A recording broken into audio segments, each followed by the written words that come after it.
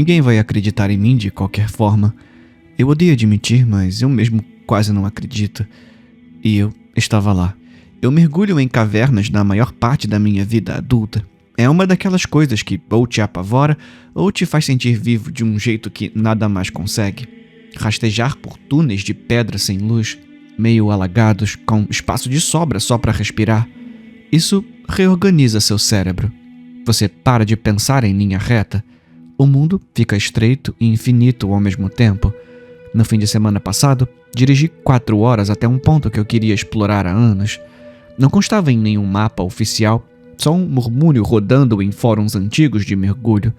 Uma dolina desabada no meio da mata, escondida atrás de uma cerca de arame farpado enferrujada, toda retorcida de videiras, que você nem veria se não estivesse prestando atenção. Diziam que a caverna ali embaixo era viva. Achei que era só dramatização. Eu me equipei sozinho, sem companheiro de segurança, sem corda de suporte. Estúpido, eu sei, mas o lugar era tão remoto que levar outra pessoa levantaria muitas perguntas. Eu não queria ninguém marcando território. A entrada era um poço estreito, largo o bastante só para eu me esgueirar com o cilindro raspando nas laterais. A temperatura despencou no instante em que eu mergulhei, e a rocha estava escorregadia, coberta por algo que cheirava vagamente a metal. Era como se a terra me engolisse. Na primeira hora, tudo ocorreu como esperado. Apertos incisivos, água rasa se acumulando em padrões estranhos e manchados no chão. Minha lanterna cortava feixes brancos finos na escuridão, desvendando túneis de apenas alguns metros de cada vez, até que eu encontrei a passagem. Não era como as outras. A pedra ao redor parecia errada, quase porosa, igual coral ou osso antigo. Quando passei a luva por cima, a superfície parecia macia, quase maleável. Eu devia ter voltado, sabe? Todo o instinto do meu corpo gritou para eu desistir. Mas a curiosidade venceu. Eu avancei. O túnel estreitou e se inclinou para baixo num declive, me forçando a descer engatinhando. As paredes se apertavam tanto contra mim que eu podia sentir meu próprio coração vibrando na pedra. Eu continuava me dizendo que era só rocha, só espaço vazio. Isso foi antes de a respiração começar. Não era a minha respiração e não era humano. Era profundo, úmido e trêmulo, como algo com pulmões demais, lutando para puxar ar por 1000 gargantas tortas. O som reverberava pelo túnel adiante, ficando mais alto quanto mais eu avançava. Eu deveria ter recuado. Deveria ter corrido em busca de luz, não importava o quão apertado o espaço ficasse. Em vez disso, eu rastejei em direção ao som. O túnel se abriu em uma câmara mais ampla depois do que pareceram horas. O feixe da lanterna tremeu pelas paredes e foi quando eu vi. As paredes não eram de pedra, eram feitas de carne. Tecido pálido e ondulante que se estendia pelo teto e pelo chão, pulsando num ritmo lento e lânguido. Veias grossas como meus braços latejavam por baixo da superfície, ramificando-se como raízes de alguma árvore gigantesca e impossível. E no centro da sala, algo se moveu. A princípio, achei que fosse uma poça d'água. Ela brilhava e ondulava como líquido. Mas então começou a se erguer, puxando-se para cima, em longas mechas fibrosas, formando uma forma bruta e ofegante, sem olhos, sem boca, apenas um aglomerado remexido de tentáculos translúcidos, semelhantes a vermes, tateando o ar sem rumo, e fedendo, um fedor úmido e podre que grudava na minha pele, encharcando minha roupa de mergulho.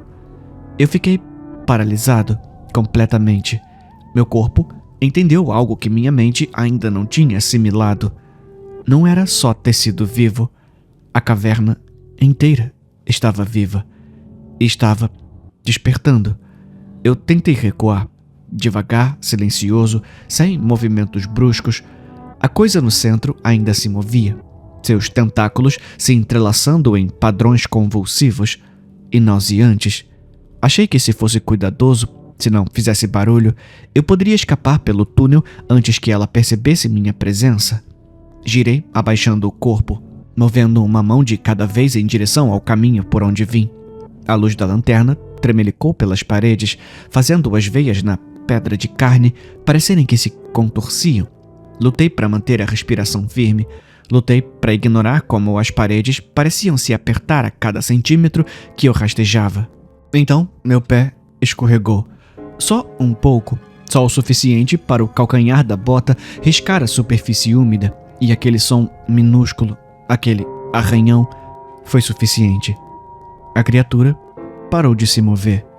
Congelou no meio do movimento, tentáculos enrijecendo como marionetes puxadas por fios invisíveis.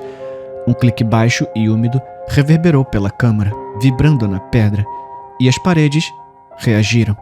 Veias se projetaram, a carne estremeceu, a caverna inteira pareceu avançar num movimento lento e reptante, como um corpo se obrigando a atravessar sua própria pele. O pânico tomou conta. Abandonei qualquer ideia de cautela e me lancei em direção à boca do túnel. Mãos cravando-se nas paredes escorregadias, joelhos ralando na pedra de carne, meio rastejando, meio nadando. Entrei no corredor estreito, a lanterna saltitando e mergulhando o túnel em sombras trêmulas. Atrás de mim, a respiração cresceu, mais alta, mais rápida, mais faminta. Algo pesado deslizou atrás de mim, tentáculos molhados batendo contra a pedra com um ritmo doentio e acelerado. O túnel era estreito demais para virar. Eu não podia vê-lo, mas podia sentir as vibrações sacudindo meus ossos. Continuei rastejando, terra e muco escorregadios enchendo minhas luvas, meu equipamento emperrando nas paredes cada vez mais apertadas. Cada segundo importava. Então, o túnel se moveu. Não quero dizer que se ramificou, quis dizer que se moveu. A pedra de carne ao redor flexionou como uma garganta se contraindo. A abertura por onde eu tinha vindo torceu de lado, dobrando-se sobre si mesma. O caminho de volta tinha desaparecido. Eu bati num beco sem saída, o capacete chocando contra a parede com um baque oco e agudo. A dor irrompeu pelo meu pescoço. Virei-me num pulo, tentando iluminar atrás de mim, e vi. A coisa tinha quase preenchido a passagem inteira. Não me perseguia com braços ou pernas, deslizava para frente, sobre centenas de filamentos contorcidos, cada um com minúsculas garras. E estava sorrindo. Não com a boca, não havia rosto, mas as ondulações por todo o corpo formavam um sorriso grosseiro e zombeteiro. Não queria apenas me matar, queria me manter vivo. As paredes pulsaram de novo, apertando-se. A pedra de carne me comprimindo como uma mão prestes a esmagar um inseto. Minha lanterna piscou e apagou, e no breu absoluto, a respiração se aproximou. Forcei meu corpo a se mover, uma mão de cada vez, tateando pelo chão úmido e pulsando, tentando achar qualquer coisa que eu pudesse usar. Uma pedra solta, um pedaço quebrado de equipamento antigo, qualquer coisa. Meus dedos bateram em algo duro, algo afiado. Nem pensei. Agarrei aquilo e a lâmina cortou a luva, marcando a pele por baixo. A dor explodiu na minha mão, aguda e real. Um bom sinal. Era prova de que eu ainda estava vivo, ainda lutando. Eu enterrei o fragmento na parede. A pedra de carne gritou. Não era um som, mas uma vibração, um pulso de alta frequência que sacudia meus dentes e fez meu nariz sangrar na hora. A parede contorceu sob o impacto, veias se contraindo e recuando da lâmina, como vermes que se encolhem diante do sal. Eu espetei de novo e de novo e de novo.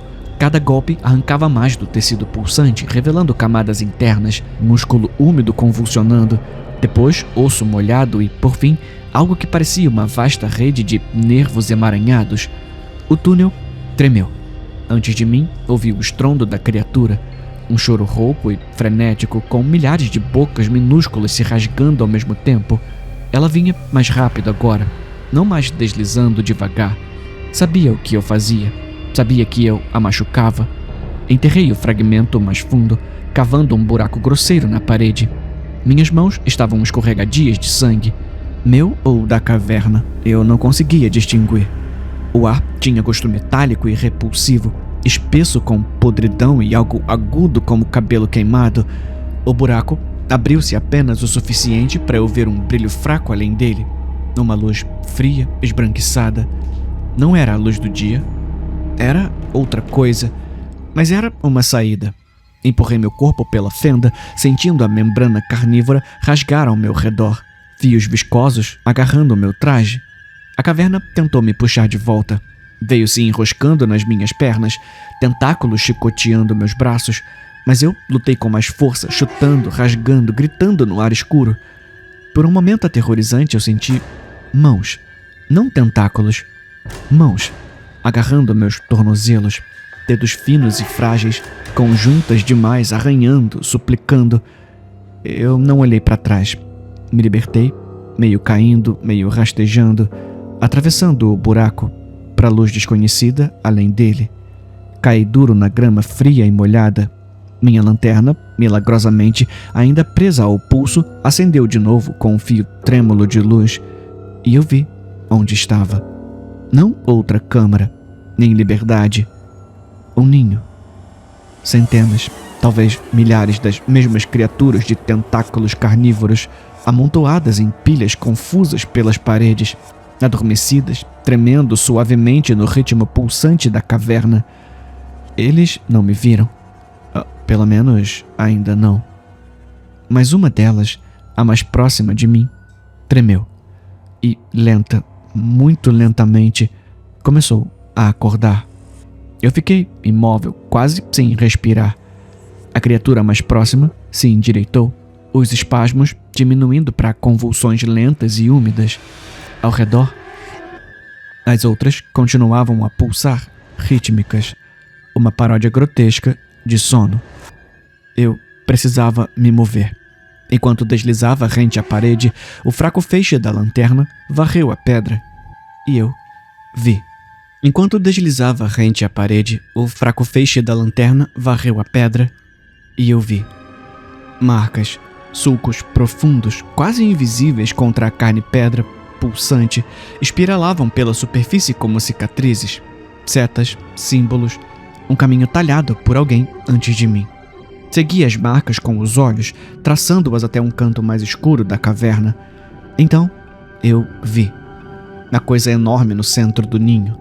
Não era como as outras, era gigantesca, enraizada no chão por grossas cordas de carne veiosas, a pele esticada sobre um esqueleto muito angular, muito errado.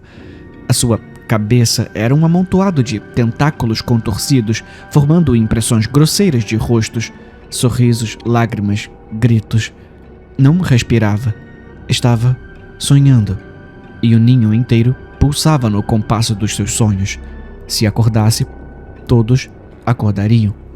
Caminhei até as inscrições, cada passo uma batalha contra o tremor do meu corpo. No meio do caminho, os tentáculos do teto estremeceram. A criatura gigante se mexeu. O ninho se agitou. Cheguei aos últimos metros até a parede mais distante. Encontrei uma fenda oculta atrás das marcas e me espremi por ela justo quando o ninho explodiu em movimento. Tentáculos chicotearam, corpos gritaram. A criatura central começou a se desdobrar. Forcei meu corpo correr pelo estreito poço de pedra, chutando dedos que me agarravam, cravando as unhas na rocha escorregadia até explodir na superfície, desabar na grama fria e molhada.